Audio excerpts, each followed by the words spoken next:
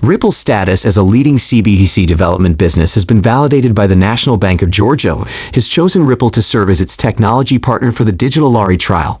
As an aside, following its recent regulatory approval by Dubai within the DIFC, XRP may now be made available in as many as 72 nations within the MESA, Middle East, Africa, and South Asia region. Ripple Labs, which is situated in San Francisco, has been chosen by the National Bank of Georgia as the business that will serve as its technological partner for the digital truck pilot project. According to a post that was made on the company's blog yesterday, Ripple's central bank digital currency platform will be used in the planning and implementation of the pilot program. Notably, the cooperation will investigate the possible applications of Ripple's CBDC platform in both the public and private sectors, as well as the benefits of doing so. Ripple was chosen by the Bank of Georgia to participate in its CBDC pilot program after the institution carried out a rigorous selection procedure that resulted in the evaluation of 9 candidates who had been shortlisted. The announcement was made. Curiously, the Bank of Georgia decided to work with Ripple because of the company's familiarity with the use cases for the project and its history of working on projects that are very similar to this one. In addition to that, the CBDC platform that Ripple offers was an essential factor in the decision-making process. Since its inception in May, the platform has made it possible for governments and financial institutions to mint, manage, deal in, and redeem CBDCs. Nisha Turnava, the acting governor of NBG, offered her commentary on the latest development and affirmed that the bank chose Ripple due to the superiority of its technological infrastructure. James Wallace, Ripple's vice president of central bank engagements, offered his thoughts on the new information as well. Wallace said that the cooperation is evidence of Ripple's dedication to enabling both public and private institutions to achieve their goals, and he said that this commitment is demonstrated by the partnership. Ripple's CBDC platform was introduced in May 2023, and it was developed with the intention of assisting governments, financial institutions, and central banks in navigating the challenges of CBDC management. The platform is an improved version of Ripple's private ledger, which was a solution that was developed in 2021 for the purpose of the issuance of CBDC. It is powered by the Xrp ledger. Ripple's technological prowess and skill in CBDC development have continued to garner recognition from the world's leading financial institutions. The CBDC has chosen the company to participate in multiple pilot projects across multiple countries, including Bhutan, Hong Kong, Montenegro, and Colombia, to name a few of those countries. According to Ripple, the company is now engaged in discussions regarding digital currency projects with the governments and central banks of over 20 countries. It's interesting to note that the Central Bank of Colombia and the Hong Kong Monetary Authority both use the Ripple CBDC platform for their respective pilot projects. According to previous reports, the Ripple CBDC platform is now being utilized in order to construct the fictitious vechain, which is the digital equivalent of the Hong Kong dollar.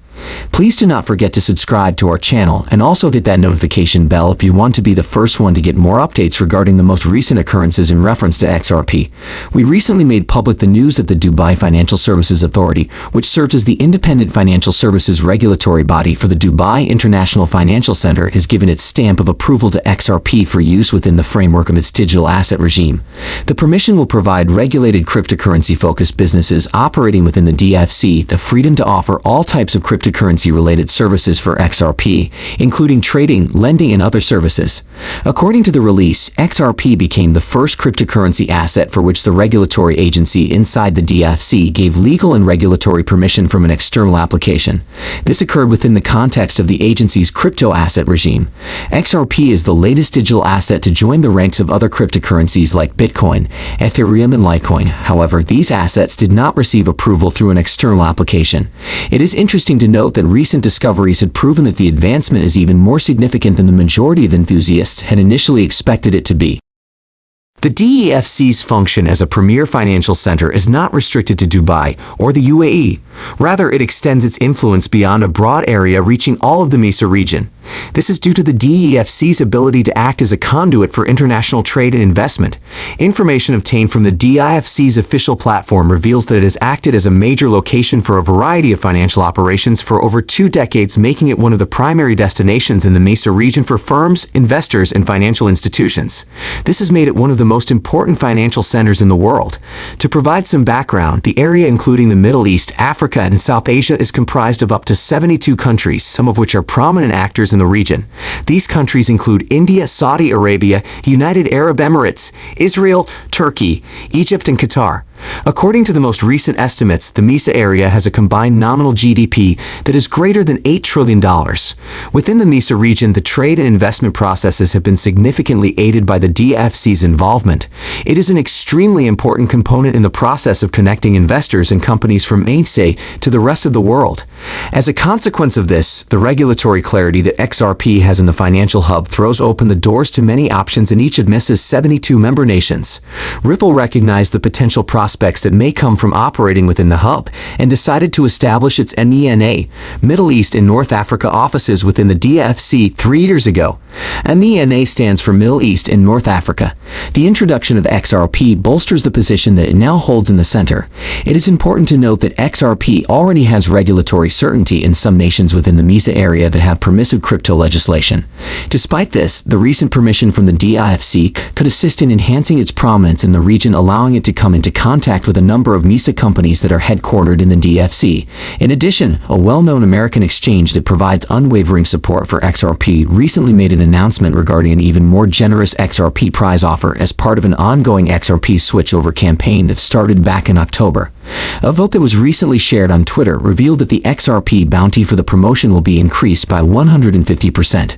In the ongoing case between Ripple and the United States Securities and Exchange Commission, prominent cryptocurrency attorney John Deaton has provided some commentary on the matter.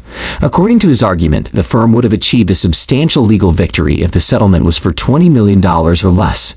In a recent post on X, previously Twitter, Deaton vehemently contested the notion that the outcome of the lawsuit was an even 50/50 outcome for the SEC, arguing that it is closer to a 90/10 advantage in favor of Ripple. Deaton also firmly refuted the assumption that the litigation was brought about by the SEC.